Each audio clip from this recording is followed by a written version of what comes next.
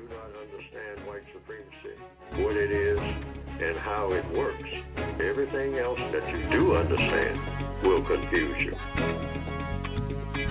In all of these 9 areas of activity, economics, education, entertainment, labor, law, politics, religion, sex, and war.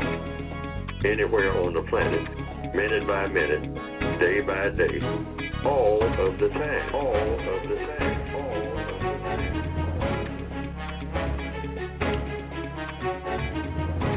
Good morning and welcome to another edition of the Counter-Racist Code Show with Mr. Neely Fuller Jr.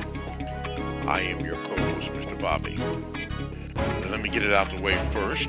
If you'd like to participate in this show, you can simply dial this number, 516-453-9921. And when you do that, make sure you depress the number 1 button, and you will go in line. Also, you can reach the show by by Gmail, the numeral 7, Mr. Bobby, BOBBY, at gmail.com.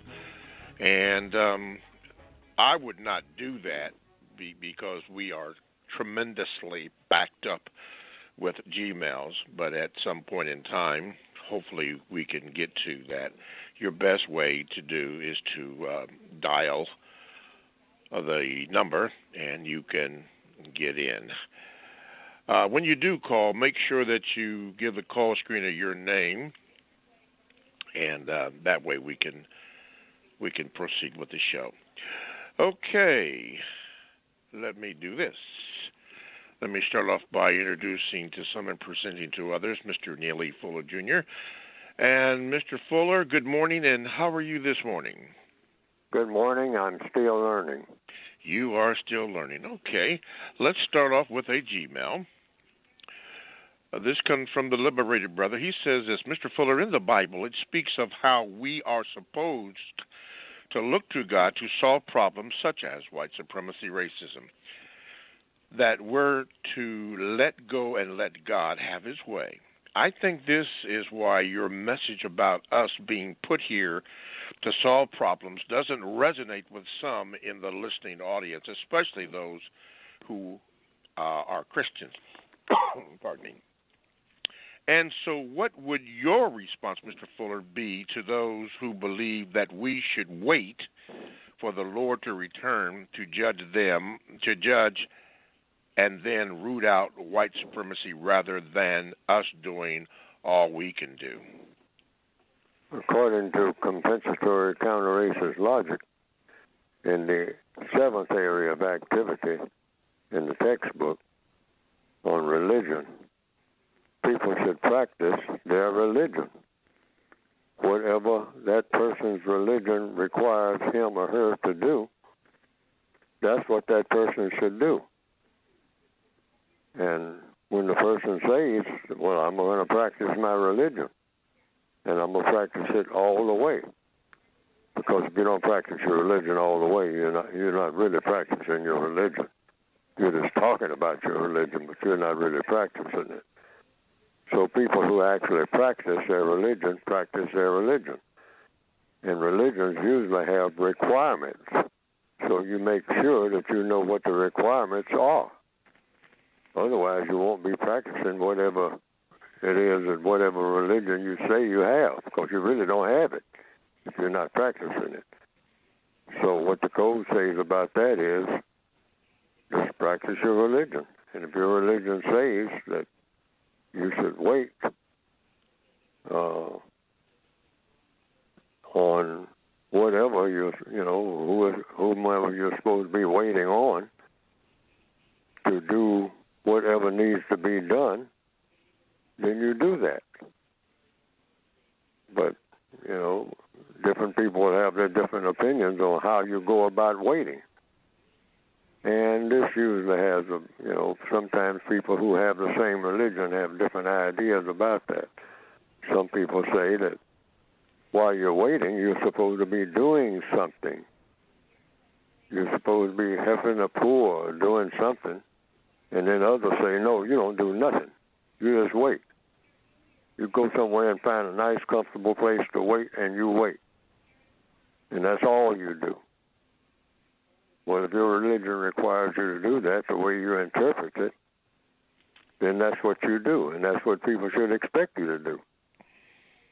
If people just see you sitting and waiting, they say, I see that person sitting over there every day. That person doesn't do anything. That person just sits there. And you ask him, what are you doing? Say, I'm waiting. Waiting on what? I'm practicing my religion. My religion, the way I see it, requires me to wait. Well, wait on what? Well, wait on my Creator to do all the things that need doing. And that's my assignment. And you don't have nothing to do with it. And the person responds that way and say that that's what their religion requires, you just accept it and go on and do what your religion requires you to do, if you have one. That's code. Mm-hmm. You don't make any criticism. You don't make any judgment. You know, the person says that's what they're assigned to do according to their religion. Everybody should practice his or her religion, regardless of what it is, and practice it all the way. You leave out one thing in your religion, there are doubts about whether or not you really believe in what you say is your religion. You leave out one thing. This is why you always get an understanding of another person's religion. And I think it was George Bernard Shaw who once said, you don't ever try to get to a person through your religion. You get to that person, whatever you mean by getting to, you get to that person through their own religion. Once that person tells you what his or her religion requires them to do, you should expect them to be caught doing it all the time without fail. And if you catch them doing this one thing that they said is not according to their religion, then that religion, according to that person, the code says you have doubts. Okay. The second part of that question is, Mr. Fuller, how did the white supremacists, in your mind and in your studies, become masters of the universe today, when at one time we were their teachers? We built up their civilizations and more, showed them the way, and now here, some 5,600 years later, they're on top. Is it because they were truly superior to us, or is it because of something we failed to do and recognize within them centuries ago? Well, I don't know, but the evidence shows that people can become smarter than people who teach them initially. We do know that according to logic and evidence. You know, there's a stage play called The King and I, and there's a line in one of the songs that says, by your pupils you are taught. And then everybody's familiar with a person who has a child, male and female get together and they produce a child, and the male and female who produces the child they don't know much of anything and have a hard time learning anything. And they just didn't learn much.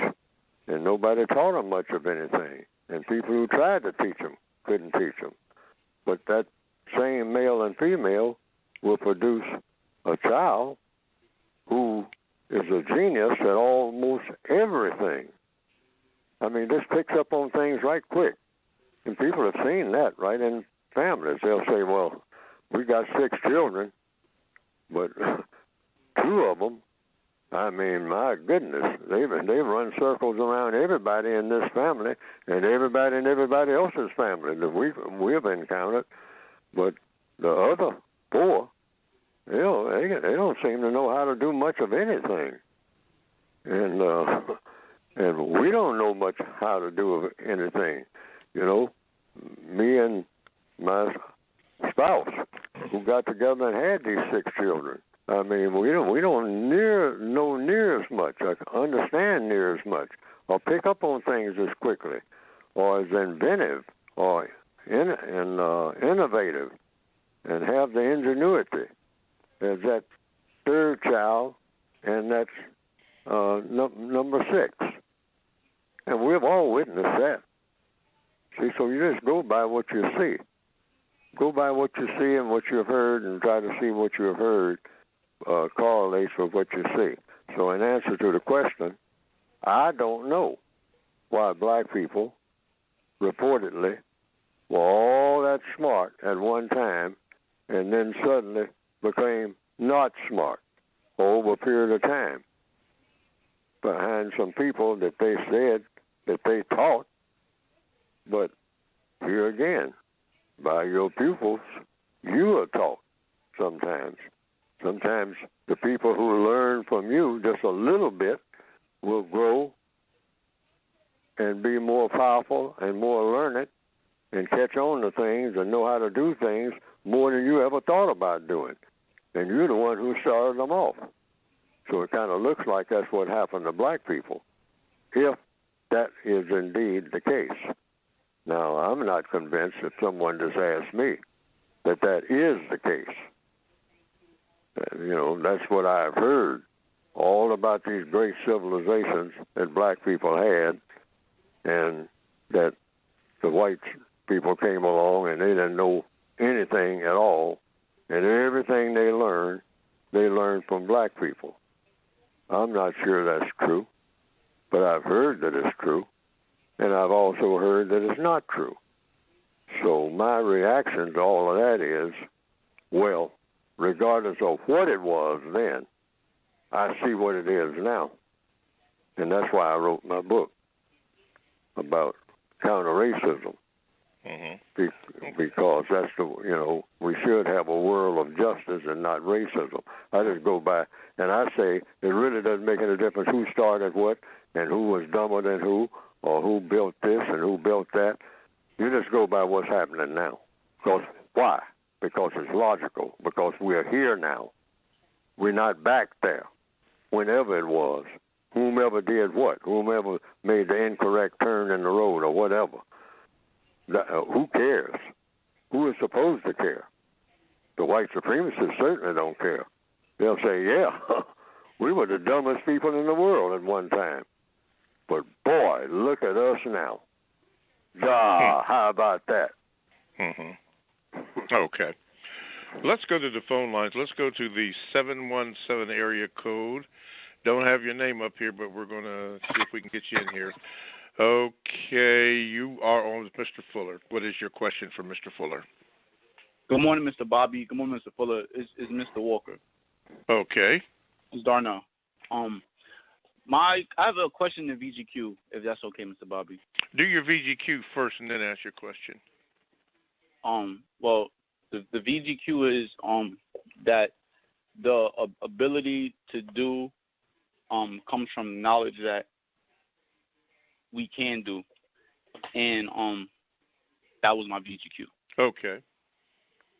And my question is, in the textbook, it says that non-white people lack both the will and the ability to do most of the things that need to be done to produce justice and correctness. That's on page 12 in the code book. I was wondering how. Which one? Which code book? The updated revised standard. Yes. Okay. And I was wondering, how can me as a non-white person produce the will and the ability to do what needs to be done? By producing the will, you got to have the will before you get the ability. You're not going to be very efficient at anything if you don't have the will. Now, everybody has the will to do something. Everybody wants to do something every day. So I've repeated on this program over and over again You just look at black people throughout the world. What is it that we have the will to do on our own more than anything else? That's a question. When you look at black people throughout the world, what is it that we want to do? See, will is associated with want. So what is it that black people want to do when they're just given a blank check, so to speak? What do we tear out the door trying to do more than anything else? More than anything is our priority. And from what I have seen, unless somebody can show me something different, it is to show off to other black people, to show off to other people of color.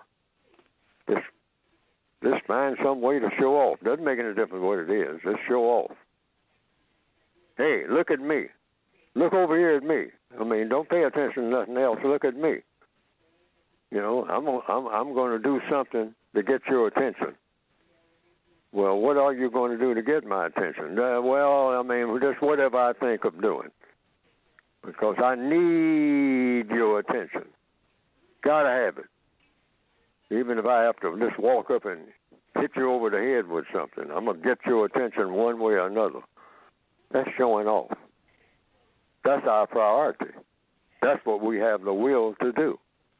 If we stop and think about it, the thing that we think about when we're alone and making plans for the future, it has something to do with showing off. Showing off to whom? To the black people, to the people of color. Now, what do the white supremacists have the will to do? To dominate and mistreat people of color. And boy, are they efficient at it. And all the evidence shows it. That makes them the most powerful people on earth. Why? Because their will and their ability and their aim is much greater in power than just figuring out a way to show off. All righty. Thank you, Darnell, for your question, and do not be a stranger, sir. Thank you so much. Okay, Mr. Fuller, let's do this here. This question comes from Justice Soldier, and he says this. Mr. Fuller, if fundamentalism is the problem, wait a minute, if the fundamental problem is so-called white psyche, that's all he wrote, period. So I don't know if he's asking, is the fundamental problem white psyche or so-called white psyche or what? I'm just reading it the way that he asked it, so I'll do it again. Please ask Mr. Fuller if the fundamental large caps is a fundamental problem is the so-called white psyche. I don't know. What is white psyche? I say the fundamental problem is white supremacy. Racism. That's the fundamental problem between white and non-white people on the planet. Is the system of white supremacy rather than a system of justice. That's a fundamental problem. Now, white psyche, I don't know what that means. So the person who is saying it should explain it. Mm-hmm. I just say white supremacy. Plain English, right in your face. Smack. Bam. Just like that. White supremacy. That's what we're talking about here. White psyche, I don't know what that means. Mm-hmm. What the code says, when you use terms, explain what you mean. Mm-hmm. Okay. Otherwise, don't use the term. Mr. Fuller, you have mentioned that in order to solve the problem that you have identified as a white supremacy racism, one of the first things that you have said that you have to follow a code. And then I believe you said that that a code is the way it works every time, and to produce justice. Now, when you wrote this, were you aware that what you wrote is actually something biblical? No. Okay. Well, what you said I have read very little of the Bible, so the part of the Bible that I have heard about and some of it that I have read, I don't remember reading that. Okay. Or I don't remember even anybody saying that they have read it. Okay. I mean, so I just said it because, well, I thought that it was the truth. Okay. So the first thing you start with in codification, is it true? If you say something about something, are you telling the truth? Mm-hmm. I mean, and do you have some way of showing that what you're saying is the truth? Yes. By demonstration or whatever. So that's Yes. just what I go by. That's what I write. I write according to what I think is the truth. Okay. Now, in group that came up about, Fuller actually, it was said that Fuller as actually what he said is prophetic, is biblical, and I said where? Said in Micah 6:8 said, what is required of man? And the Bible indicates that man is required to be just, to love mercy, and to walk uprightly before the Creator. Now, I don't know if you were aware of what you said, but you mentioned justice. And that is what that is. That was pointed out in group, that is what it is said, that they said that Fuller is right on it, because the Lord requires that a person be just. That means following justice. And when your pursuit of identifying the problem as racism, and that's one of the first things that you said, we have to develop a code to be able to get to the justice. Now, after hearing that, now I know you said that you haven't seen that. What are your thoughts concerning that, since you are backed up by what the Scripture says? Well, somebody is saying, apparently, that this is in what they call a book called the Holy Bible. Yes. But you will find the mention of justice in many books and in many different religions. I mean, you'll find somebody saying something that's the equivalent of producing justice in many, many, many, many, many books that have been written. So-called holy books, or not so holy books, or just books in general. The concept of justice has been around like forever, as far as I know. And many people have talked about justice, but no one has been serious so far about producing it. And that's two different things. That word justice in one form or another has been mentioned, or it's mentioned by somebody every day, somewhere, and many, many thousands of times over. But when it comes to making an effort to really seriously produce it, there's no evidence where anybody so far has been serious. No evidence at all among any of the people on the planet. Lip service, when it comes to justice, I mean, it comes out everywhere. You see it just all over the place. Oh, justice? Oh, sure. Treating people correctly? Oh, yes. Oh, my goodness. Oh, wow. I mean, that's a no-brainer. Oh, yes. Oh, nobody making a move, not 1 inch, to actually produce it. Justice has to be produced, not just pronounced. Anybody can pronounce it.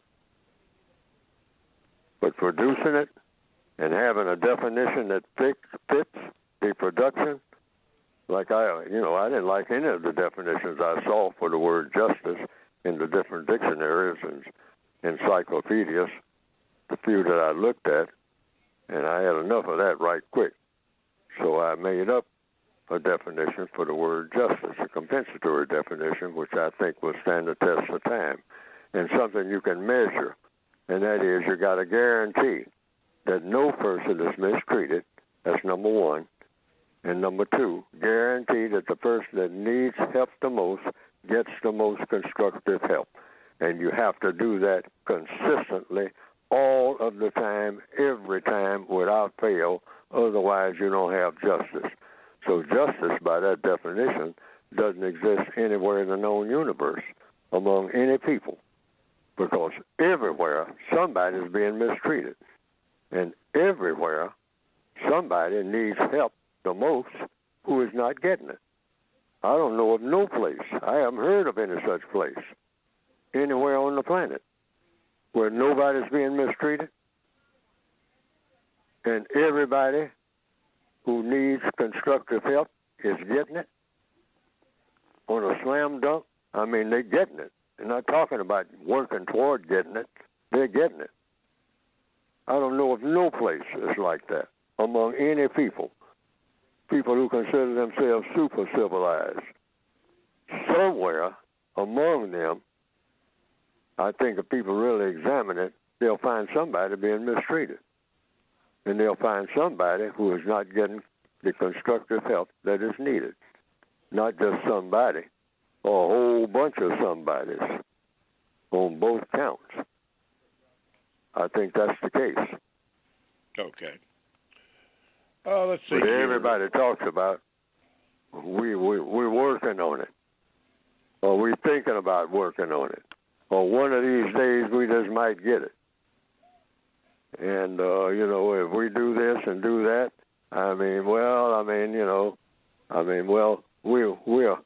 we're the shining example of the beacon and light that's going to lead to it. But nobody can claim that they got it. Okay. All right. Thank you, Mr. Fuller. Let's see here. Special thank you to Barbara Jones and KJJ, who happens to be in the chat room right now. Thank you for your concern about how I was feeling last week. And Barbara Jones, I did take your suggestion, and that apple cider vinegar and honey and all that. Yeah, thank you very much. Tell you what we're going to do. We're going to pause for a little station break here, and then we will resume the calls. You are listening to the first hour of the Counter-Racist Code Show with Mr. Neely Fuller Jr. Now, to get in contact with the show, just dial this number, 516-453-9921, and make sure that if you would like a comment or to ask a question, press the number 1 button, and you will go in line. You can also reach the show by going to my Gmail address, 7MrBobby, BOBBY, @gmail.com. I would strongly suggest that you not use that because I'm having a very difficult time getting to the Gmails and reading them. I'm trying to intersperse them in between calls, but it's very difficult. In other words, it'll be a long time before I get to it if it's not automatically deleted, and I don't want it to be. But we got to answer the telephone calls first. So you can do that. You can also go to the chat room if you want to do that. Wow, my chat room just blew up here. Okay, here we go. Sean Glenn and KJ Swa is in there, and others are in there too. You can do that, and occasionally I will get the opportunity to read your comment on that and your question for Mr. Fuller. Okay, with that being said, let's travel, and those of you who are online now, don't forget, when the call screener asks you to give me your name, please put it in, give that to them so that I can properly introduce you. We're going to go out to the left coast to the brother Swa. Let me see if I can get you in there, brother. Okay, you got you. There you go. Good morning. Good morning, Mr. Bobby. Good morning, Mr. Neely Fuller. My question this morning, Mr. Neely Fuller, is can you give some words on how non-whites aren't allowed to have so-called friends and what non-whites should call so-called friends? Can I give some information on how non-whites have friends? Are not allowed to have friends. Non-whites are not allowed to have friends. Yeah, you in the code. Then it comes down to what is a friend. See, words are important, every word. So if you call one word, to describe another word that describes another word that describes another word, each one of those words should have a definition. So what is a friend? What's the actual definition of a friend? Now, some years ago, I was thinking about this, and I heard somebody say, a friend is a person that knows everything about you,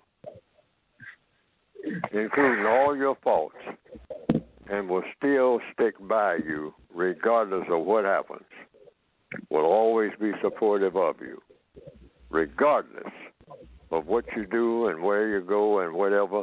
That's a friend. If you don't have that, you don't have a friend. A person that will stick by you regardless, always stand by you. If the whole world's against you, that one friend will stand up and say, well, I'm with you. Regardless of what you do or where you go or what your opinion is on this and that or what you did on a certain day, I'm with you. You can always depend on me. Now, that's what somebody says a friend is. And other people have said a friend is something else. Now, I forgot what I put in the code book word guide about friend, but I could probably look it up here. I have the book, but whatever I said in the code book, that will be my answer. I don't remember what I identified as being a friend. I might can find it here. Is that in the word guide or what? It will be in the word guide if it's anywhere. And I think I have it. I think I have the word friend in the word guide. Okay. Because that's a very important word. People use that word all the time. Well, this is a friend of mine. We just toss that around. Here we are. Page 127. Yes. Friend. Use this word with caution. Now, this is what I wrote.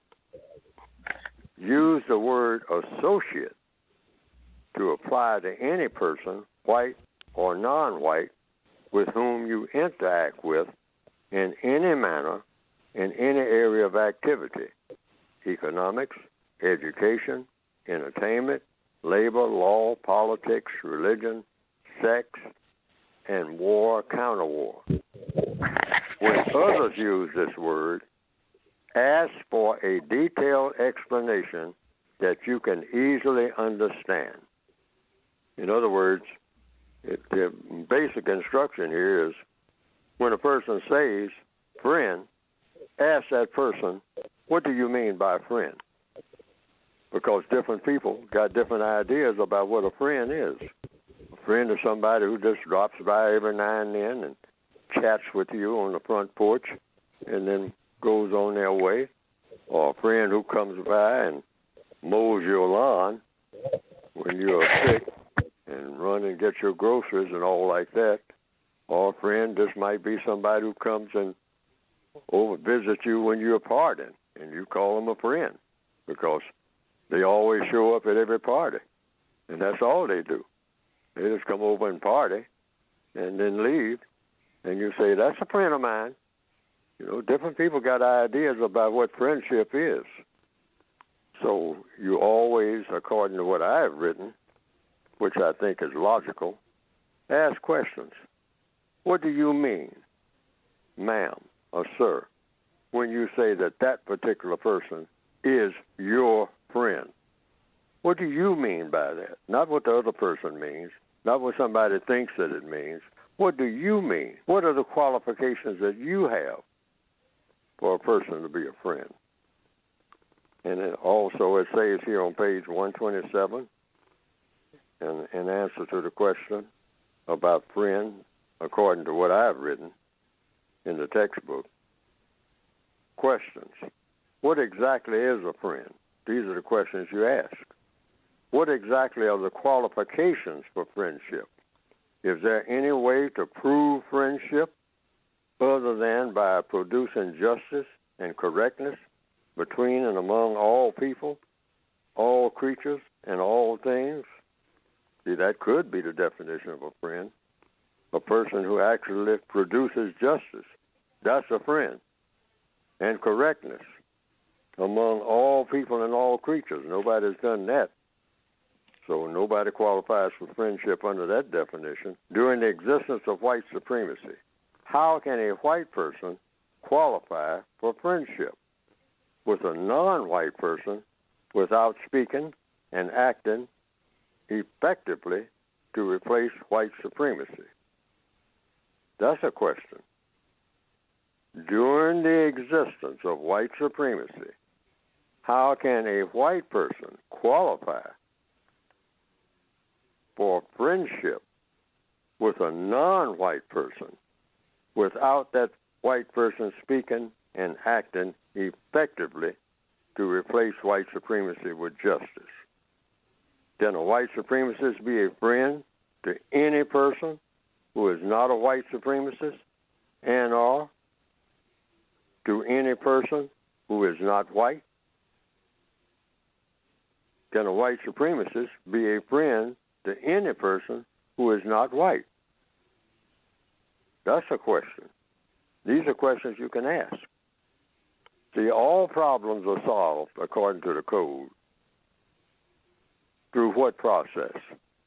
Questions and answers. Mm-hmm. There are no exceptions to that rule.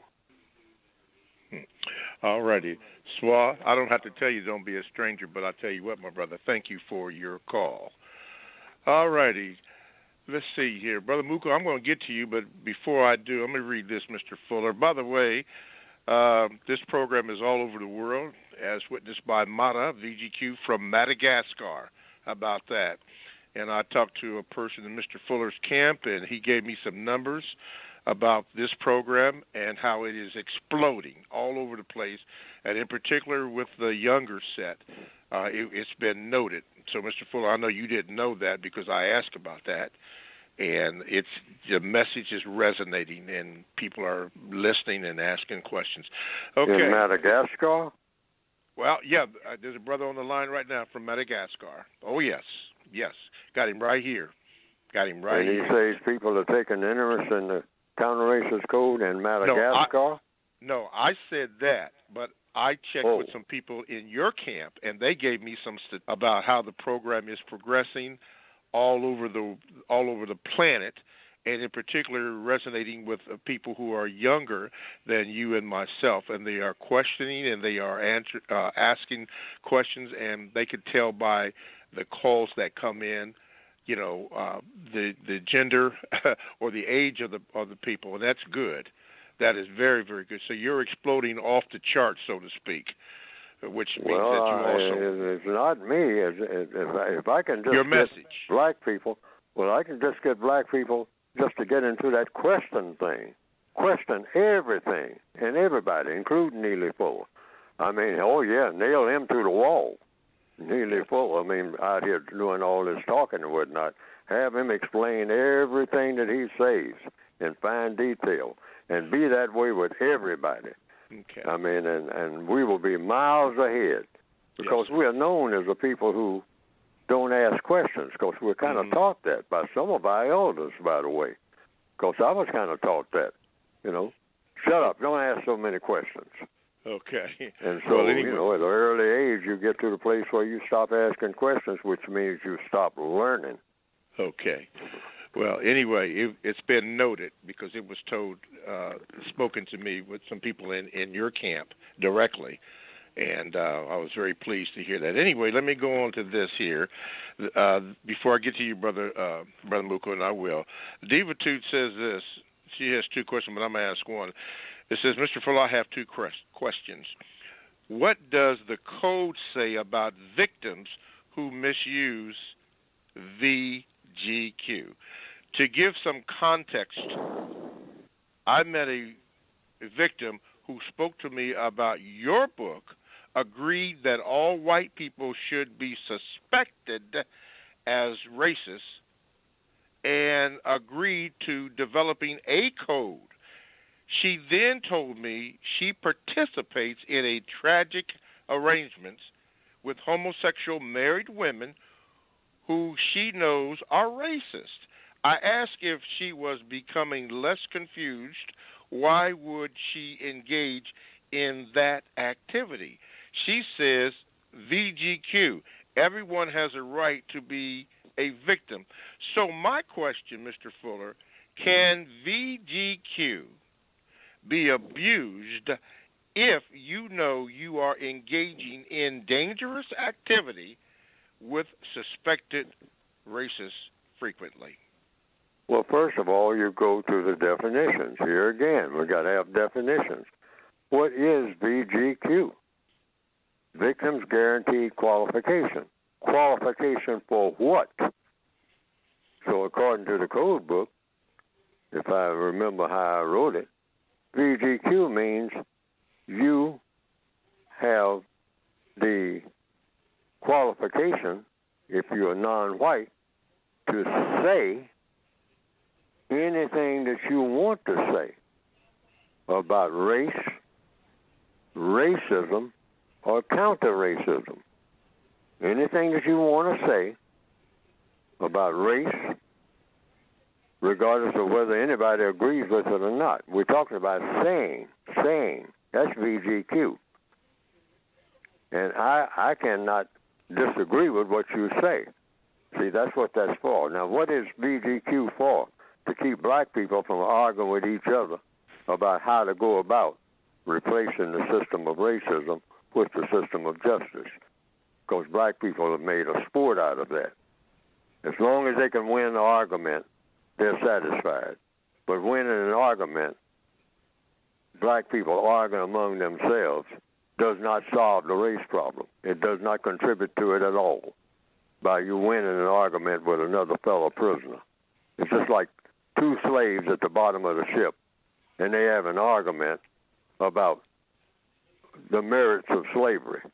One slave says, well, you know, I'm a slave, but I believe in slavery, because if I can enslave somebody, I'll do it myself. But right now I'm a slave, so I have to put up with it until I can get in position to make somebody my slave.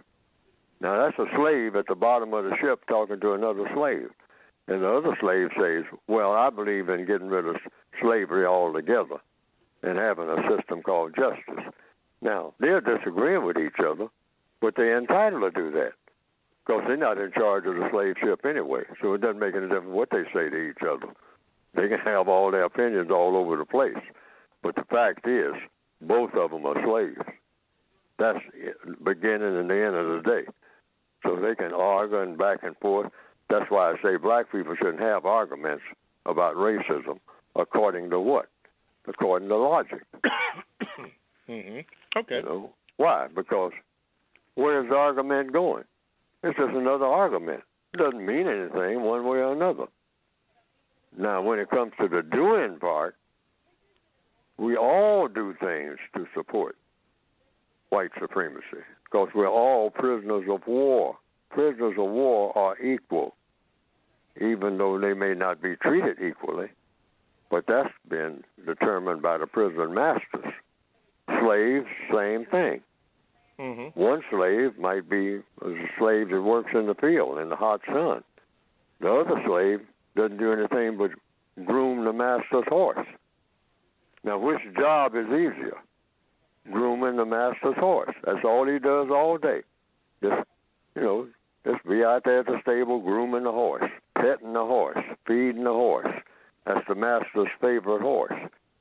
When the master goes horseback riding, he wants that horse looking fine, and so he's got one slave assigned to do nothing but groom the horse.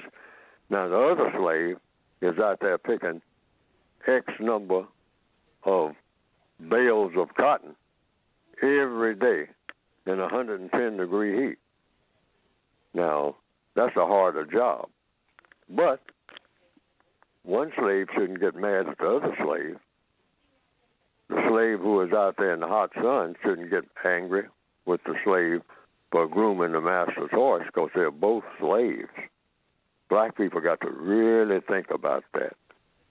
We're both slaves, and you don't determine what position you're going to have on the plantation or in a slave camp or in a prison camp as a prisoner of war, victim of white supremacy. You don't determine what you're going to be doing. The white supremacists do.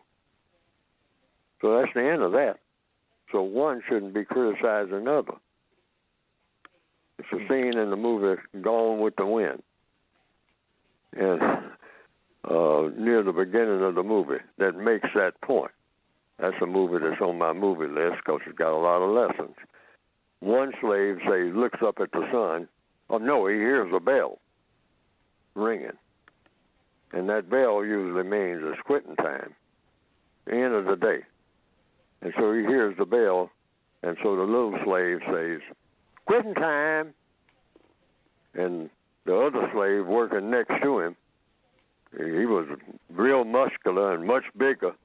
He says, who says it's quitting time? I's the foreman. I's the one who says when it's quitting time. Quitting time. Big deal. Now, which slave is going to say when it's quitting time? Both of them are slaves. That was the point that was made. Both of them are slaves. It doesn't make any difference which slave says it's quitting time. They're both slaves. And the master decides when it's what? Quitting time. Mm-hmm. Okay. All righty. Let's see. Diva 2, that's the first part of your question. I will get to the second part a little later, hopefully, in this broadcast, so hang in there. I got, 14 minutes in this segment. So let's go to Brother Muko, and then we'll have Mr. Fuller talk about his book. Brother Muko, let me see if I can get you in here. Brother Muko from Baltimore in the 443. Here we go. Yes. Okay, Still good morning, Brother here Muko. in Baltimore. What's going on, Mr. Fuller, Mr. Bobby? Yes, sir. Hope y'all still learning today. Mr. Fuller, I'm going to get into it real quick.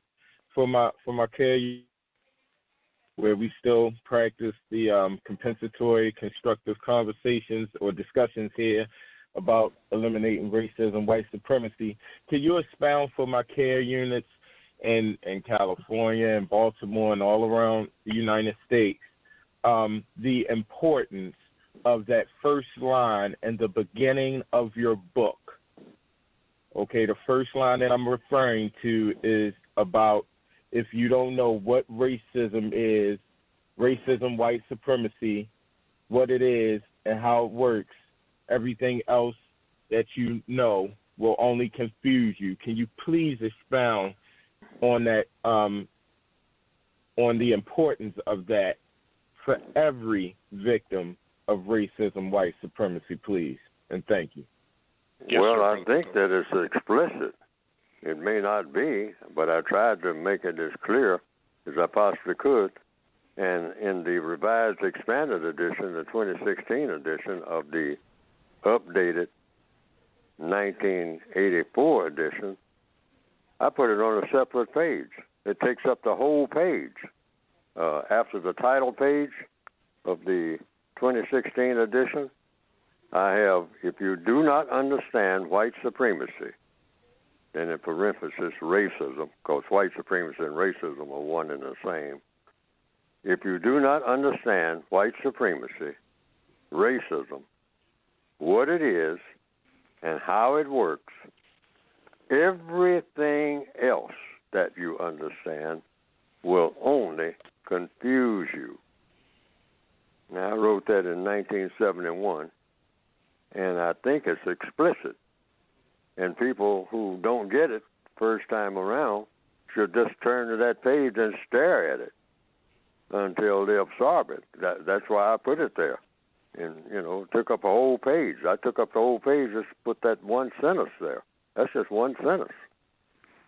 It takes up the whole page in big print because there's no point in even continuing reading the rest of the book if you don't understand that premise. It starts off with that premise. If you do not understand white supremacy, what it is, and how it works, everything else that you understand will only confuse you. Now, why did I write that? Because I've seen the results of people who didn't understand most of what white supremacy was about, or if there really was a thing called white supremacy. And usually in all of their conversations about everything, all I heard was confusion. That's what I meant by everything else that you understand will only confuse you. I mean, everybody that I've ever talked to who didn't understand that there is such a thing as white supremacy, when they start talking about economics, when they start talking about education, if they're talking about entertainment or labor or law or politics or religion or sex or war, very few things that that person would say would make sense. The person would wind up sounding like they were confused, and with me listening to them, they were getting me confused. And I'd have to start asking questions to deconfuse the situation. I discovered that. It wasn't anything I was looking for, but I came to the conclusion, this person doesn't understand nothing about racism. He doesn't understand that racism dictates your entire existence. So if you don't understand that, everything that you touch is going to be confusing. And that's why they say a lot of black people have serious mental health problems, and a growing number. But those who become more and more familiar with how the white supremacists operate and pay strict attention to how they operate in all these 9 areas of activity, economics through war, they are usually the black people who make the most sense in every conversation that they have about anything. Because if you don't understand white supremacy, you're going to be confused about just that, about everything that you start out to do. And, you're going, black people, they say more and more black people are having nervous breakdowns. Well, sure, because the most powerful thing in your entire existence, if you're black, is the system of white supremacy. And if you don't know a little bit about that, or a whole lot about it, to the extent that you don't understand it, you're going to be confused. That's an absolute about a lot of things that do not directly, or do not seem like they're directly or indirectly connected with white supremacy, because everything that a black person does is connected with white supremacy. There's no such thing as a black person on planet Earth in 2020 walking around on planet Earth and they're not connected with the system of white supremacy up to and over their head. Right. And that's either true or false. Wouldn't it be fair to say that it is also equally important for the victims to learn about the areas of people activity? Because what I find is a lot of victims are confused even about what areas of people activity is. Oh, well, 9 areas of activity, I have definitions. That's why I have the word guide, like starting with the first one, economics. What is economics? Economics is how you use your time and energy. Usually when black people, because, we're always short of money. When we think of economics, we just think about money. But economics includes money, but it includes everything. And the main thing it includes is the one thing that you were born with, time and energy. That's basic economics, how you use your time and how you use your energy. The white supremacists use their time and energy dominating and mistreating people of color. And they are super efficient at it. Every move that they make in all of the areas of activity are designed to do just that. That's why they are so efficient, the most efficient people on earth. We've never seen anything like it. There's never nothing in recorded history that compares with it. Why? Because it's focused, that's why. It's not scattered all over the place. Like black people, we just jump up in the morning and just do anything. Mostly just attract attention among other black people. like I said earlier. We tell the truth. That's what our goal is. I don't care whether we're baking a cake or planning a party.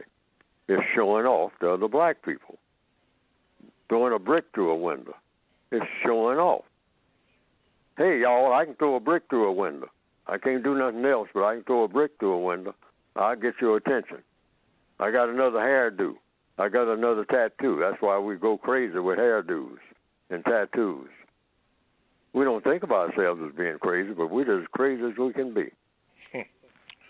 They're right. Why? Because all of that is for what? Attract attention. Attract whose attention? Some white person? White people don't pay no attention to us unless they want us to do something for them. All right? They pass us on the street. They don't even see us. Okay? But black people check each other out all day long and then get mad at whatever we see that we're checking out. Okay. And want to do harm. See, we're just as sick as we can be and don't even know it. And run around grinning and bragging all day about being great. All right. We're one sorry bunch of nothing. That's what we are. Okay. Got to leave that one there. Brother Muko, thank you for your call. Again, don't be a stranger. Mr. Fuller, this, and then I need you to speak about your book for the next 3 minutes. From Madagascar, the gentleman says, thank you for your knowledge. I've got the code book, revised edition, via the UK to France and then to Madagascar, and it was intact. Thank you. That came from Mata from VGQ. Mr. Fuller, we have about 2 minutes, 2.5 minutes. Speak about your book, please. Yes, you can get the book and also the additional volume. It's all the same book, really, called The Word Guide, Counter-Racist Word Guide, that's directed toward the individual person, because I'm saying you solve the problem of each individual black person, you're solving the problem of every black person on the planet. That's the approach, not the group approach, because I say you can't have groups in the system of white supremacy, because the white supremacists, if you're effective, they become aware of your group. They know how to handle groups. Once they put that label on you, they got you labeled, and then they can separate you out from all the other black people, because they'll say, oh, that's a member of that organization, or that's a member of that organization, or this organization. They give you what they call an organizational label, or we give ourselves one. But what we don't understand, when we give ourselves that type of label, or any type of label, you are kind of separating yourself from people like in a sorority or fraternity, from the people who don't have the label. The white supremacists understand that's kind of psychology, all right? And black people play right into it. But the textbook for victims of racism says, hey, when the white supremacists say, come to me and say, Fuller, well, what organization do you belong to? I say, I'm a victim of white supremacy. That's all that I am. And I am trying to fashion a code to replace the system of white supremacy with a system of justice. And that's it. You say, well, what organization are you working through? I'm working through being a victim of white supremacy. If you're talking about my title, that's my title, victim of white supremacy. I don't have any other title. Well, are you a black nationalist? Hey, what did I say? What did I tell you just now, sir? I don't have another title. I'm a victim of white supremacy. That's my title. That's all I've ever been. So don't start saying I'm a member of this and a member of that. I'm a member of the victims of white supremacy. So the book is designed for the individual person. Because you solve the problem of an individual person, you can solve the problem of all people. The victims and you can of racism. get the book by going to where? Yeah, you get the book by going to producejustice.com. Producejustice.com. Okay. Well, that concludes the first hour of the Counter Racist Code Show with Mr. Neely Fuller Jr. Thank you for listening for those of you who have to go.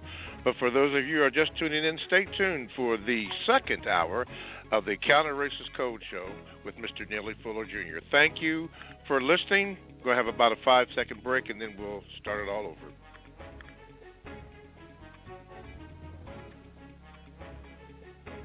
Okay, welcome to the second hour of the Counter Racist Code Show with Mr. Neely Fuller Jr.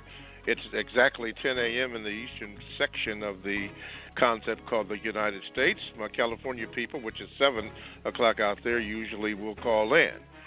And we thank you for that. For those of you who are new to the show, you want to give it a listen, you can. And you can also call in by calling this number, 516-453-9921. That's 516-453-9921 with your questions, if you'd like Mr. Fuller to answer your questions. Or you can Gmail me. Now, I wouldn't do that because we're all stacked up, but you can if you want, and I will read it when the time allows. That is the numero 7, Mr. Bobby, Bobby, at gmail.com, and I will get a chance at some point to read it. Sean Glenn, JJ's in the house. Mata from Madagascar. Look like Medics is just in. Swa and Verpal is in. Sorry, I messed your name up, Vorp. But they're all in the chat room. You can do that, too, and you can even leave a message there, and I might be able to get to that. Okay, before I go to Ben here, let me read the second part of a question that was sent by Divitude. She says this, Mr. Fuller. She says, Mr. Fuller, you say the white supremacists determine who is white, but considering white supremacists are known to lie and are known to be deceiving, would they be honest and tell you who is white? Is being white a matter of words or functions? Okay, in answer to the first question, will they lie about who's white? They'll do anything that they can convince you that you should continue as a victim of racism to be a victim of racism. They don't care what they say. How many times they say it, how many different ways they say it. All they want to know is, at the end of the day, in the beginning of every day, that if you're a person of color, you are subject to the system of white supremacy. That's all they're interested in. They don't have any other interests outside of that. All of the so-called interests that they have so-called outside of that is really all a part of being inside of that, because they are very well focused. That's their whole value system. They don't have another value other than that. I mean, even when they give lip service to other values, it's just lip service. So if they say somebody is white, you can believe that they may be telling the truth, or you can decide they're not telling the truth. But by them being the masters of this prisoner of war system, which is what the system of white supremacy is when it comes to non-white people, the master of the prison decides who's a prisoner and who's not, who's a guard and who's not, who's a master in the prison and who's not, and on what given day. They decide that anyway. So they can say anything they want to simply because of what? They are masters. They tell black people what the truth is and what a lie is. You know, I can say that, that the white supremacists is non-justice. That's what they do. They're committed to that. And the white supremacists, who are the prison masters, I'm a prisoner of war under them, they'll say, what are you talking about? White supremacy? I don't even know what you're talking about. That doesn't exist. There's no such thing as that, boy. And I'll say, it is such a thing as that. And they say, what did I say? I say, there's no such thing as that. There's no such thing as anybody being white. How about that, boy? There's no such thing as anybody being black. How about that? That's what I'm saying today, this morning, at 9 o'clock. Now, at 1 o'clock, same person, same place, talking to the black person, comes and says, white supremacy does exist. and I'm a white supremacist, and you are my servant, being black. Now, what do you think of that? And not only that, I'm going to tell you something else. I'm going to come around at 5 o'clock this evening, because it's 2 o'clock now, and I'm going to tell you just the opposite of just what I said. How about that? And I say, well, that's contradictory and whatnot. Say, yeah, I can contradict myself. I can do anything I want to. I can do anything I damn please when it comes to you. I don't have to make sense to you, ever. Who are you? Negro? Prisoner? Victim? Shine my shoes? Who are you? Nobody. Nothing. I can say anything to you. You walk around scratching your head trying to figure out what I'm about. I don't scratch my head about nothing about you, because you are subject to me 24/7. You can't eat unless I tell you to eat. You don't have a place to lay your head unless I tell you where you're going to lay your head on my planet. Boy, girl, now get out of my face until I come around at 5 o'clock and tell you to get in my face. And I'll even tell you how to do that. And I'm going to tell you in advance how I'm going to respond. Or I might not tell you how I'm going to respond. Why? Because I'm your master, that's why. See, we got to understand what we're dealing with, black folks. Mm-hmm. We got to understand what real power is. All righty. Let's go to the phone lines and then the 614. Ben, we finally got to you. Let me see. Okay, there you go. Ben, good morning, and how are you? Hi, good morning. It's actually Dan. Hello? Yeah, go ahead. Oh, yeah, no, my name is Dan. Sorry. Oh, Dan. Oh, they had Ben on the screen. Okay, I'm sorry, Dan. Go ahead. It's okay. Yeah, no, I was just calling for a call that it's a VGQ. Over last week, somebody called and they said, like, oh, how come they just talk about blacks? How come you don't ever hear anything about Mexicans? Or why don't you ever hear anything about, I think they said Polynesians or something. And, I mean, my family, they came from Mexico, and I can tell you that they were confused. And everyone else that I've ever encountered, they're confused. I mean, the people are confused, just like Mr. Fuller talks about in the book. I have all 3 books. I've just been reading the new revised edition. I haven't finished the book, but I mean, they're great.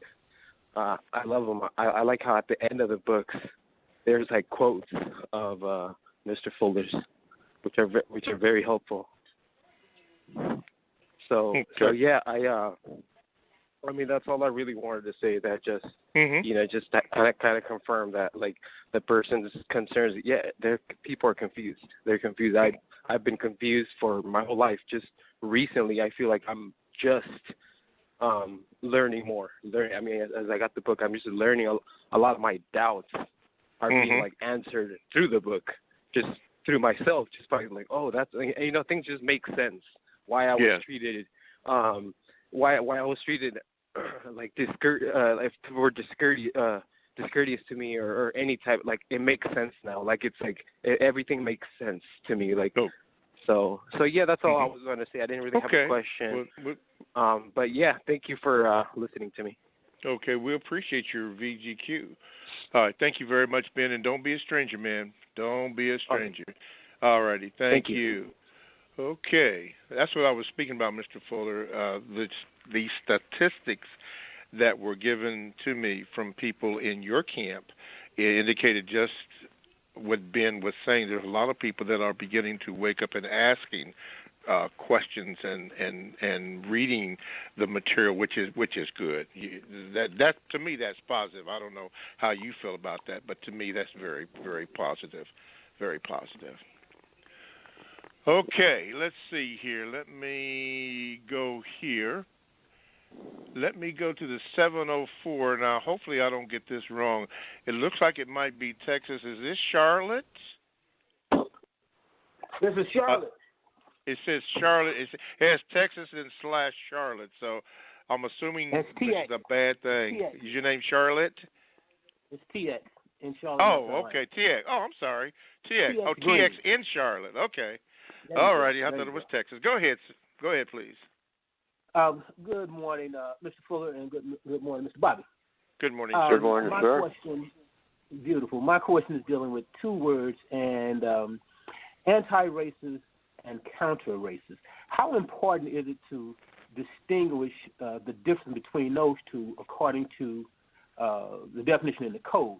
The media seem to be using the word anti-racist more nowadays, and I seldom, if ever, hear counter-racist.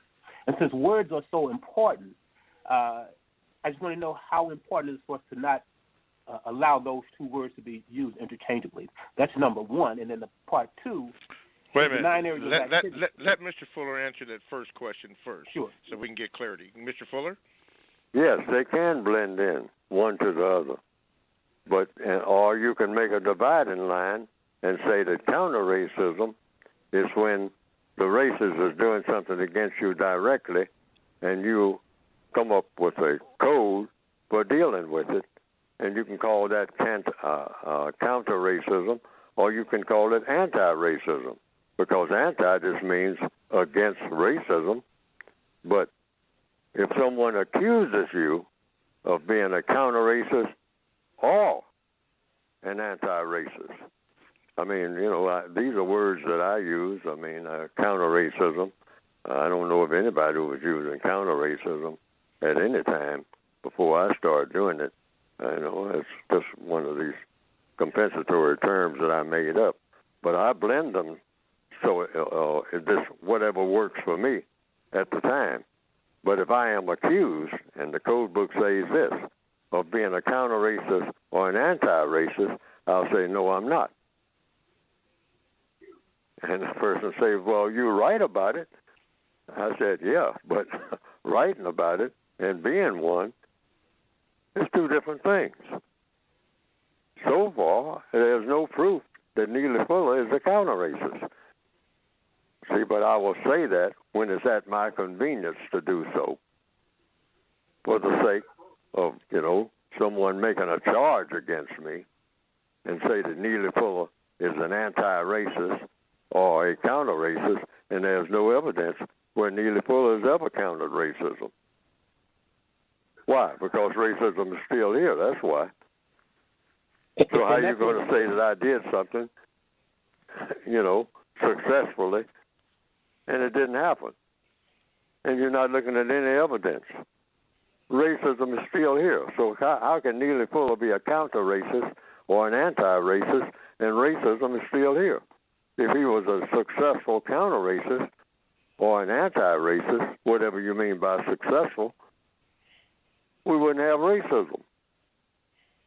But that's only if somebody accuses me of being one. But now if they ask me, am I trying to be one, I say absolutely. Absolutely, and so should everybody else.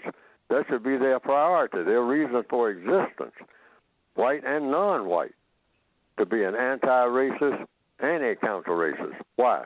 Because it's the biggest problem on the planet, that's why. And everybody should be on board with solving the biggest problem on the planet. Great. But that's just a way that you can say it in dialogue. And, I'm just giving an illustration about flexibility, too. See, because the whole purpose of using words is to do what you want done. Based on what? On the things that need doing.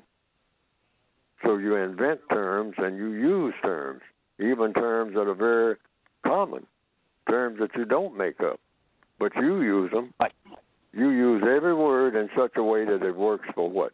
The production of justice and the elimination of the system of white supremacy. That's what all the words we're supposed to be using are supposed to be designed for. Every word, everything you say. Okay. TX, what's your second question? I appreciate you giving me that opportunity. And it's dealing with the 9 areas of activity. And the 10th one, and I know there's not a 10th one, but dealing with health and nutrition, can you speak to the importance of perhaps worrying about our health and nutrition as a 10th area of activity to tie in with the 9 areas of activity? and I'll take my answer off the radio. So thanks for giving me the opportunity to add that part B. All righty. You're welcome. Mr. Fuller? People have asked me about the 10th area of activity being health. But I have already always included that. I thought about it when I came up with the 9 areas. And I said, well, health, I could add that. I could add a whole lot of things and wind up with maybe 20 areas of activity. But I just cut it off at 9 and incorporated health under economics, the use of time and energy. Because I say if you use your time and your energy correctly, you got health. That's the logic. Economics is the use of time and energy, basic economics. And if you use it correctly, use all of your time and all of your energy correctly, that means including your nutrition. Where do you get nutrition for your body? You get it from food and air and water. And that's, you use time to do that, and you get energy after you do it. And if you do it correctly, the use of time and energy, you have that thing called health. You have the healing of your mind and body. See, so the first area of activity is the health area. And all of these areas, when you blend them together, because they all interact with each other, whatever you do in economics, your use of time and energy is going to affect what you do in politics and in religion and in sex and in labor. Labor is about what? Use of time and energy. It's almost the same as saying economics. If you're doing it correctly, the way what is labor? It's called what we call work. Well, what is work? Well, work is the use of time and energy. So if you're working, and you're working even when you're eating, that's work. You may not look at it as work. You say, well, no, that's pleasure. Well, it's also work. What is work? Use of time and energy under economics. Say, well, you can put, well, then labor and economics is just about the same thing. Well, yeah, you can say that because one thing that you do blends into everything else that you do. See, we have to understand that. All of the areas of activity. So I could have had maybe 40 areas of activity, but I just cut it off at 9. I thought that was adequate. That's all. Okay. All righty. Thank you, TX from Charlotte, and don't be a stranger. Mr. Fuller, let's see here. Let's go to Cypher from the Gmail. Says this. Can Mr. Fuller tell us the difference between opinion, belief, facts, logic, and truth? He always says words are important because they influence our actions, so we need to be sure we are all on the same page when it comes to these definitions, else there will be more confusion like we have now.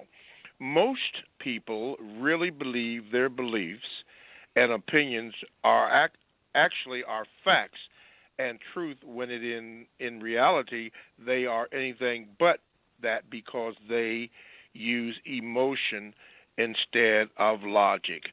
Thank you. This comes from Gregory.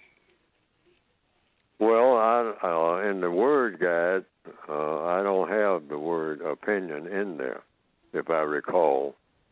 And so this being asked, what's the difference between facts and opinions?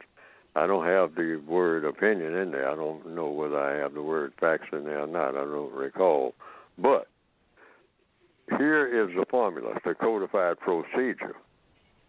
Anytime anybody uses a word, any word that you happen to pick out of a conversation that you're having with someone, you just simply ask, what does that person mean? Not what the other person means, not what the definition means, the word used in a dictionary, what that means, or some encyclopedia, or some other reference book. Always ask the person who is doing the talking, what do you mean, ma'am? What do you mean, sir, when you say this, that, and the other? And you just keep asking questions. Stay in the question lane. And do not argue about the answers that you get. Just be ready with the next question. That's the procedure. Questions and answers will always, without fail, lead everybody right where they should be. That's code. That's rock-solid code. The process of questions and answers. One question, one answer, next question, answer to that question, and never move to the second question until you took care of the first one.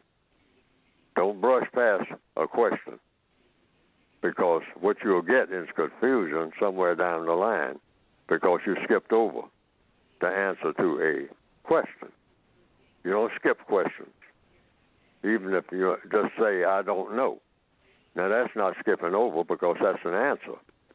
You say, I don't know, I'll try to find out about that. Then you can move to another question. But you don't argue about the answers that you get either, because what you're going to get out of that is just more argument. If you don't believe it, you try it. You're just going to get more argument. So what you do is stay in the question lane. Just have another question ready, and then when that is answered, move to the next question, and the next question, and the next question, and it might be 10,000 questions with 10,000 answers. But so what? And if somebody says, like a lot of people do, well, you're asking too many questions, then you ask for permission to ask one more question. Say, can I ask one more question? And if the person says yes, you say, how many questions are too many? Okay. That's code. That's code. Okay. Got it. All right, let's see here. Okay, let me go here. I think we're going to go to the 682 if they had a question. Okay, you're on with Mr. Fuller if you had a question. Did you have a question for Mr. Fuller? 682 area code? No? Okay, don't have you on here. Okay. Okay, not responding. Okay. All righty. We'll do this then. Let me see if I can get you off there. Okay. All right, Mr. Fuller. Black Rant says this. Mr. Bobby, can you ask Mr. Fuller what is the codified response when a suspected white supremacist accuses a black person of being racist? Oh, you just ask when, where, what white person jumps when I say jump. Ask them for some evidence. Are you going to call me a racist? I'm a victim of racism. That's my title. That's my official world title. Okay? Victim of racism. And you're saying that I'm a racist? When? Where? How? And then wait for the answer. That's what I do. But nobody's ever accused me of that. I've been accused of teaching hate. I was invited to a white lady's house once, and the second time to discuss racial issues along with a group of other black people. And so the second time I went there, the lady said, I'd like to say this right as the opening. Mr. Fuller, what you are doing is spreading hate. And I say, oh, now that's a serious charge. Okay? Spreading hate. So then I asked the question. See, all problems are solved through the process of questions and answers. I didn't get angry or raise my voice and start, talking about the history of black people and white people and whatnot. No, I raised a question. We have a charge here. The charge is Neely Fuller is spreading hate. Then I said, okay, when and where did I spread hate? How do you spread hate? With a butter knife or what? You know? I asked those questions, about 3 in a row. I said, when did I spread hate? Where's the evidence that Neely Fuller is spreading hate? How do you spread hate? And I actually said it, if I recall correctly. Do you spread it with a spoon or fork or what? How do you spread hate? Do you put it in some seeds and put it in the ground or what? You know, Neely Fuller is spreading hate. See, I'm looking at your words. I'm thinking about the words you're using. And that's what I was doing at that white lady's house. Now, there was a long silence. And she said, I withdraw my statement. I said, thank you very much. Okay. See, Alrighty. I mean, see, we don't have to get into shouting matches and all like that. Just listen to what's being said. Listen carefully. And even repeat it to yourself. And if you don't understand it, what they said, have them repeat it. And you think about it. And, you know, just look for the truth. Because if I was spreading hate, I want to know that.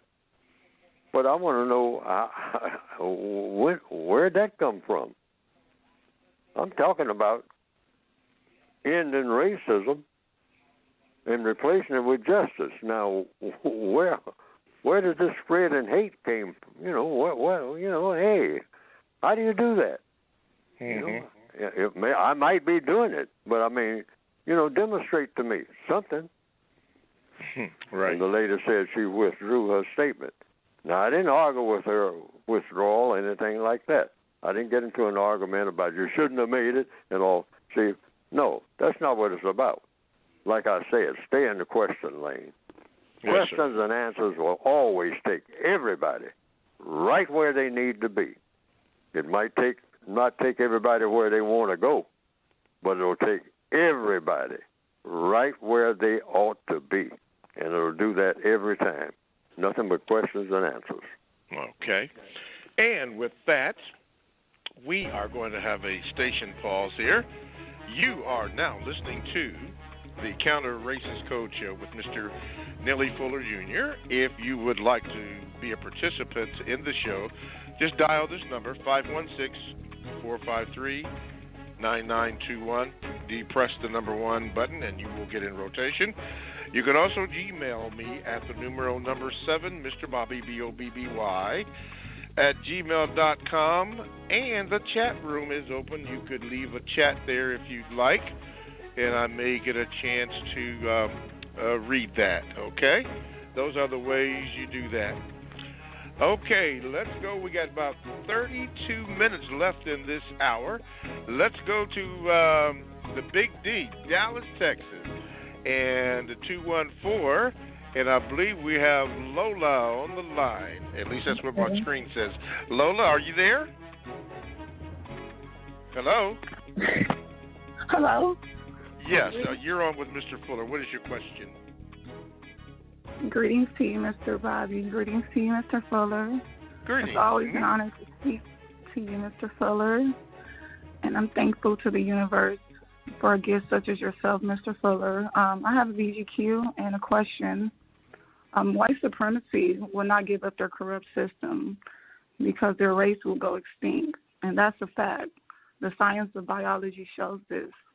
And as I began to study the great men from the 60s, such as Khalid Muhammad, Mr. Lawrence, Malcolm X, their conclusion of white supremacy is harsh, but our reality is harsh. The cost of freedom is harsh. We have great men today speaking truth to power while simultaneously robbing us and producing nothing. So my question is, Mr. Fuller, do you think our egos play a part in the crucial maintenance of our own self-sabotaging and keeping us from producing justice? You mean black people's egos, non-white people's egos are getting in the way of producing justice? Yes. Depending on what you mean by ego. What do you mean by ego? Well, when I looked up the word ego, it referenced such as like a person's self-esteem, self-importance. Their focus is more on themselves, than the actual producing justice for our people. So that's what I kind of mean by just their intent is to I don't know, like, to have self. Well, you said something about getting in the way of producing justice. Ego getting in the way of producing justice. So the key word here is ego. So how does ego, whatever that means, get in the way of the production of justice? If that's the question, but we have to center on so that everybody understands, including myself. What do we mean by ego, black people's ego, getting in the way? Well, by my observation, it just seems as if, we speak about producing justice, but yet we want to be seen, We want to be comfortable. It's all about our self-importance before it is, producing justice. So it's more so of our ego getting in the way of, because we want to feel important or we want to be seen as being important. So we rather just, have that than to produce what needs to be produced, such as justice for the world. We rather just, just live off our own self-importance. If I understand, okay, I think I may understand what the question is, but I'll try it. Black people sometimes, it's been my observation, are saying more or less, many black people, and I agree with that, if we take this viewpoint, if I understand your question. I have observed black people, yes, getting in their own way by finding a reason in a roundabout way. We see we're doing it to feel better, really, to say that we have already arrived at what we are trying to do.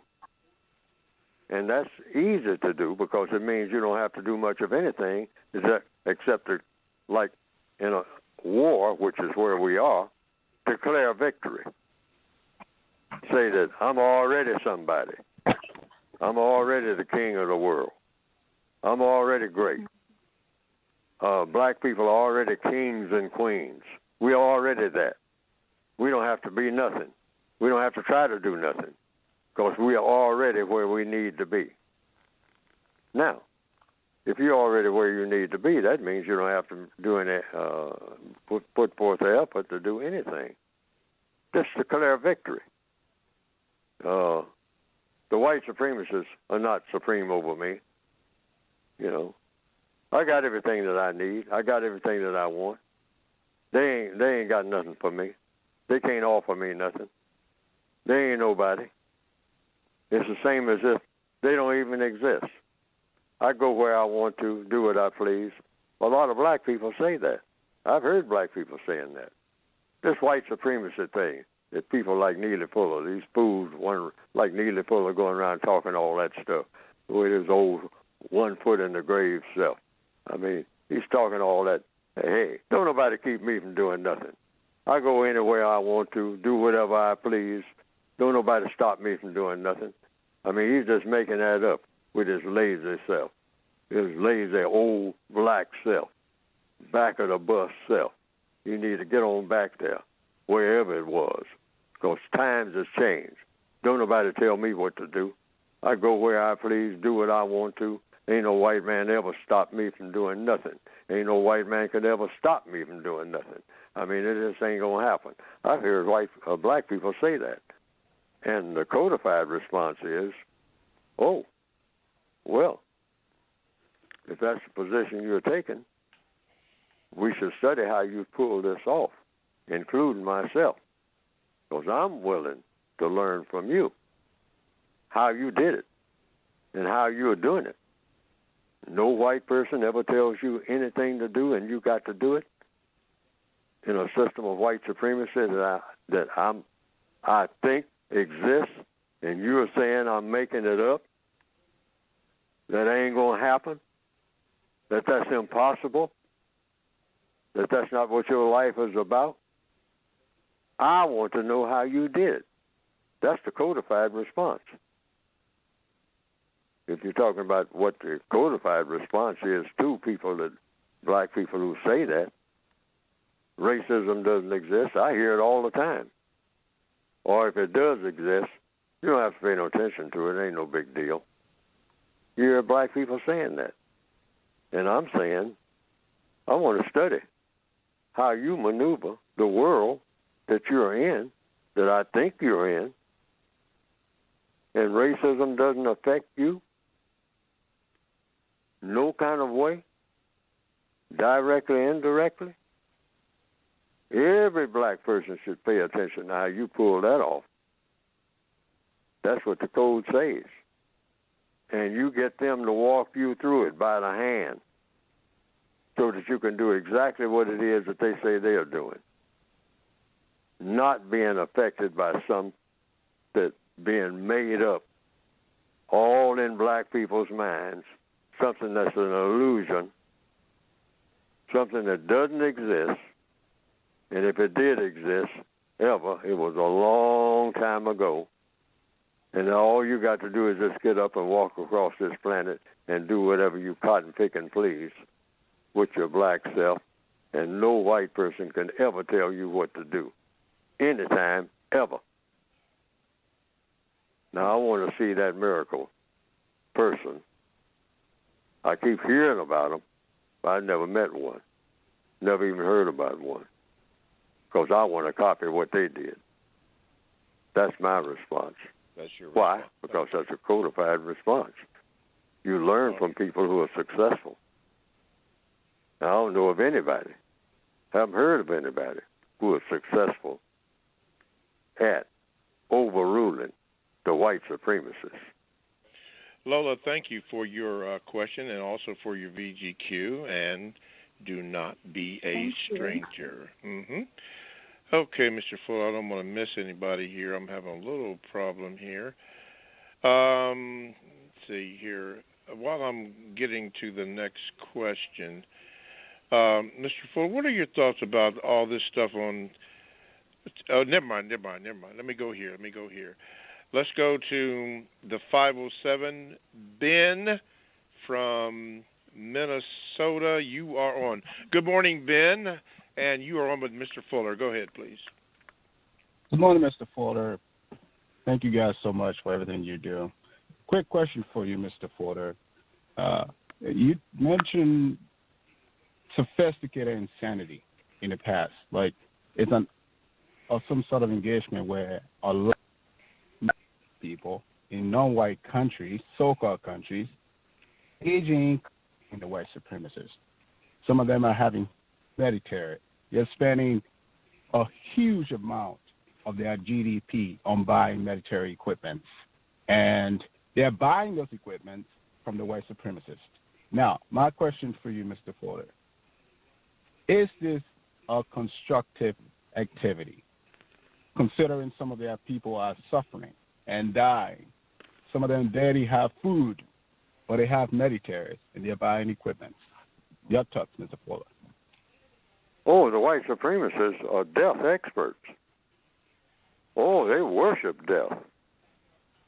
And they definitely worship it among non-white people. So anything that has to do with swords and guns and bombs and poison and all kind of chemical warfare, quote unquote, they want non-white people to be involved in it over their heads. They will not give you not one plate of food. But if you say anything about you want a bandolier of ammunition or AK-47 or some other type of rifle or tank or airplane, they'll say, give me all of your crops, all of your food, all your revenue from everything that you plant, feeding the people. your schools. I mean, I'll shut all those down, just where you teach people how to grow things, how to lay railroad tracks, how to run trains on time and all like that. We'll do away with all that. But anything that you want that will cause death and destruction, that's where we want your people oriented.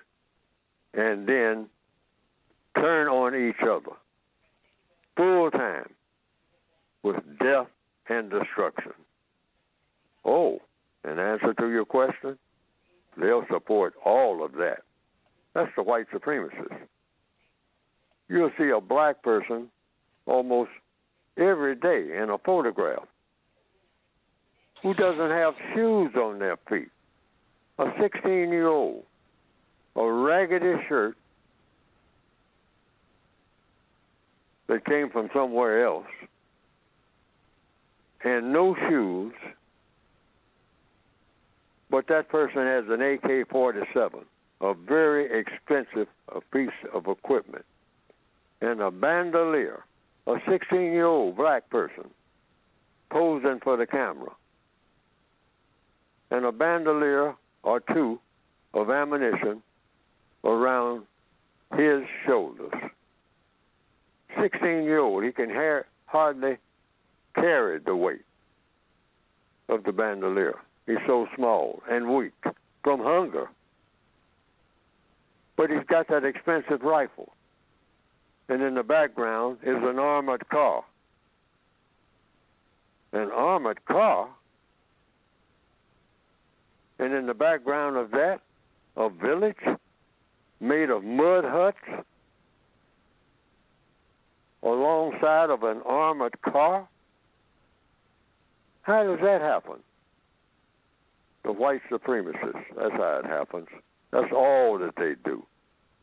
Anything dealing with death among non-white people, but anything that's going to nourish life, I mean fields of corn and asparagus and broccoli and cucumbers and railroads, whatnot.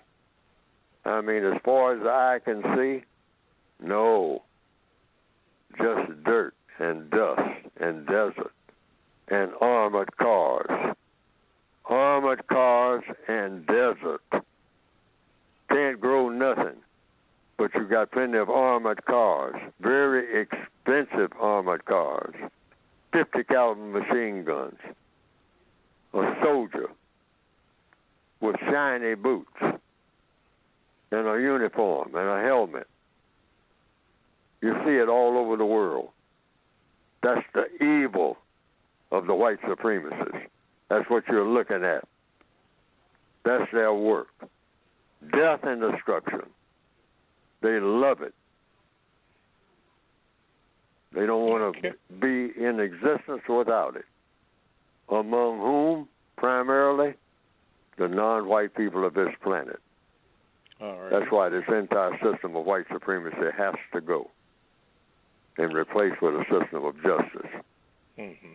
Fields of grain, not roads, military roads. The only roads that they build are to carry military equipment everywhere they go and call themselves peace lovers. Yes. All right, Ben from Minnesota, do not be a stranger, and thank you for calling. Let's see here. Mr. Gatewood, Robert, that person who you said was down there, I can't get him up, so if you can expedite him to the front of the line, then I can get him in. In the meantime, Mr. Fuller, it's time for you to talk about your book. Yes, well, everything that we've been talking about this morning, I try to cover a lot of it in the book, not only talking about what the problem is. When I started writing the book, I was looking for someone who was writing a book about what to do about it. I kept hearing in the 1950s, the mid-1950s, reading this and reading that. I say, is anybody writing anything about what to do? D-O, underline, D-O, about anything? Everybody's talking about how they feel Everybody's talking about the history of black people and the history of white people and what, this is about and that is about. Nobody's putting down one word about what to do about anything, except one of these days, maybe, something might happen. That's how a 500-page book ends, after reading about all the atrocities and all of this and all of that and who did what, and and this happened on this day and this person suffered this, and this, we had a minor victory, of this, that, and the other on this particular date here. 500, 600, 700 pages in a book. And you come to the end and it says, but with the goodwill of the good people of planet Earth, we will handle this situation in its own due time. And they don't say anything about D-O do. They'll just say D-U-E do. In its own due time, things might happen in the favor of the oppressed. And I would close the book and say, that's it? After all of that documentation, which is very important, I'm not discounting that, but every book is going to end with not telling me what to do about anything. So I tried to write one, folks, strictly about what to do about everything on a daily basis by each and every individual victim of racism on the planet. And you can get the book by going to producejustice.com. And it's 2 volumes there, principally. The 2016 updated volume of the 1984 edition, and the Word Guide, which came out in 2010. It preceded the 2016 basic book, but it's basically one book. I call the Word Guide an addition to the basic book, but I couldn't get it all in one volume. I'd love to do that. If I figure out a way how to do it, I'm definitely going to do it, because I say one problem, one book. That's code. We should be able to have one book that we go to, every non-white person on the planet, and when we close that book, we know what to do about everything. That's what I'm trying to write. And I say everybody should be thinking about writing that type of book. What to do about everything, or what to do about one thing. Very few books are being written. So I tried to write that. It's got 3 titles on it, but all these titles are explained. But basically, it's a textbook, workbook for thought, speech, and or action for victims of white supremacy. What to think, how to speak, and what to do, D-O, on a job, in all areas of activity, or anywhere else. Labor, law, politics, what to do about sex and what not to do, what to do in war and what not to do, the 9 areas of activity. That's how the book is segmented. But go to producejustice.com, producejustice.com. And I always like to put it in frame of reference. That's my contribution, my 2 cents to counter racism, the compensatory code, counter racist code. Producejustice.com. Hello? Is anybody there? Yeah, you're there, Mr. Fuller. Okay. All right, let's go. Let's do this. Let's go to Lightning from Alabama. Let me see here. In the 334, get you up here. Okay, Lightning, you're on with Mr. Fuller. Go ahead, please. Hey, good morning, Mr. Bobby. Good to hear you feeling better. I missed the show last week. I wonder why you were under the weather, but good to hear that you're better. Thank you, sir. Good morning, Mr. Fuller. How are you? Good morning. I'm still learning. Oh, I love that. That's a universal statement for that question. I had something I want to ask you. If you would, Mr. Bobby, maybe you can get and talk about it on the next show because I know we're short on time.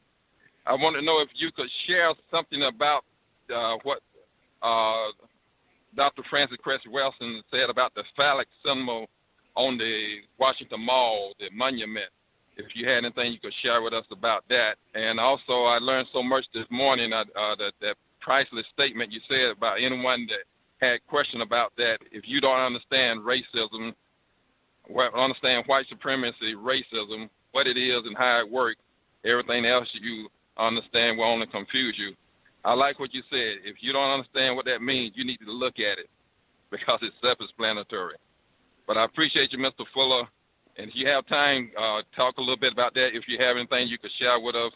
But if not, I appreciate you. I love you.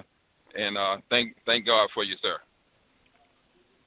Well, if I understand the question about Dr. Francis Welsing and what she said about phallic symbols, I understand she had quite a lot to say about phallic symbols, rather, in her book, the ISIS papers. Right. So I haven't read the ISIS papers. I never got around to it, but there are a lot of books I've been trying to get around to. And I told Dr. Welsing that I never read her book, but I intended to get around to it. She gave me an autographed copy. I got copies of the book, several of them, but I really haven't read Dr. Welsing's books, but I've heard many of her speeches, and but not her most recent ones. I'll say in the last 20 years of her speeches, I haven't heard most of what she said, but I understand she has numerous recordings because she has an institute at the Blackburn Center at Howard University where she spoke. Oh, okay. Yes, every month, and everything that she said, to my knowledge, was recorded. So you can go on the internet, I think, and Dr. Francis Welsing should be pretty easy to find. I don't know whether that's true or not. I want to kind of yes, she's passed away. It's true. It's true. Yeah, and you can probably get a lot of her speeches, and she can. I always say Dr. Welsing is the best spokesperson for Dr. Welsing that you'll ever get. Okay. In other words, she speaks for herself. So even when I was on the stage with her and sometimes travel with her, we never spoke at the same time in the same place that I recall. Never did. Either she was speaking or I was speaking, but we never got the two of us speaking simultaneously on the subject of racism. She presents her views, and I present my views. That's the United Independent way. And it's not a matter of cooperating or non-cooperation or teaming up or anything like that. That's not the United Independent way. Each person speaks for him or herself. So I very seldom answer questions about anything that Dr. Welsing says. I always tell people, go to her recordings. Okay. Okay. Thanks so much, Mr. Fuller. I'll tell you what I'm going to do next week, Lord willing. I'll try to remember to start off the program with the statement that Mr. Fuller has made. We have done several programs like that, but because you ask, and there are people that are new to the program each week, we will start off, hopefully, next week's program on the 29th with If You Do Not Understand Racism, White Supremacy. Hope you're listening, my brother, and thank you for your call. Oh, yeah, I have both books. Thank you, sir. Okay. All right. Very, very good. Very good. Okay, Mr. Fuller, we have here, I lost my screen here. We have about 6 minutes, but this is a letter or email from a brother from Ghana. It says this, what does Mr. Fuller and the Code have to say about reversing the negative trend of single black mothers and these survival units that are ruining each and every generation of black people? Without the family unit in place, we are doomed. Why can't black females choose better mates and then stay with them instead of dating losers and thugs and then going crazy trying to raise children alone? Then the children grow up half crazy because they either have no father present or that doesn't give a damn about them. Black females are not being responsible in their actions, and then they blow up and get fighting mad when they are called to task. There is so much programming with gangsta rap that black females have fallen for and observed. They just won't turn it off, Mr. Fuller, even though it's killing us. They think the gangster culture is cool because they don't know who they are or what they are really supposed to be doing with their lives. This must stop, but I fear it won't because the cycle has become too hard for them to break. What are your thoughts, Mr. Fuller Jalari from Ghana? The thoughts and the evidence shows that the white supremacists promote this type of disorder. They absolutely depend on this happening. This is one of their mainstays, to have complete disorder between black males and black females worldwide. That is a priority of the white supremacists. So they do anything to promote this type of chaos and confusion. This is by design. They intend to continue to do this. And what does the code say do about it? Be aware of it, but be aware of it with this in mind. There's no way to change that. You might as well just make up your minds to that. As long as you have the system of white supremacy, because the white supremacists are absolutely dependent on destroying a quality relationship between the black male and the black female. It just ain't going to happen under the system of white supremacy. You've got to get rid of the system of white supremacy in order to achieve that. There's no way to tweak it. There's no way to try to modify it. There's no way to try to work your way around it. The white supremacists are committed to that. Complete disorder, complete breakdown between any kind of constructive activity between the black male and the black female. They are the instigators of this. They are the ones who reward disorder. They'll have, whatever vehicle black people have that the white supremacists allow, and they allow us to entertain. So they'll say, your entertainment is going to be all kinds of dysfunction. We're going to play it up. We're going to make it pretty it up. We're going to make it desirable for black females and black males to be going at each other, working against each other, putting each other down in every way that we possibly can, and do it as long as white supremacy exists. Okay, I'm sorry. I'm going to have to cut it off now because our time is up. But thank you, Mr. Fuller. Thank you, callers, for your intelligent questions today. Thank you, everybody. We apologize for any mistakes that we've made. We'll try to get better next week. But be sure to listen, especially you new callers. Be sure to listen to the Counter-Racist Culture with Mr. Neely Fuller Jr. right here. So we'll see you next week. Thank you. Thank you, Mr. Fuller. ProduceJustice.com.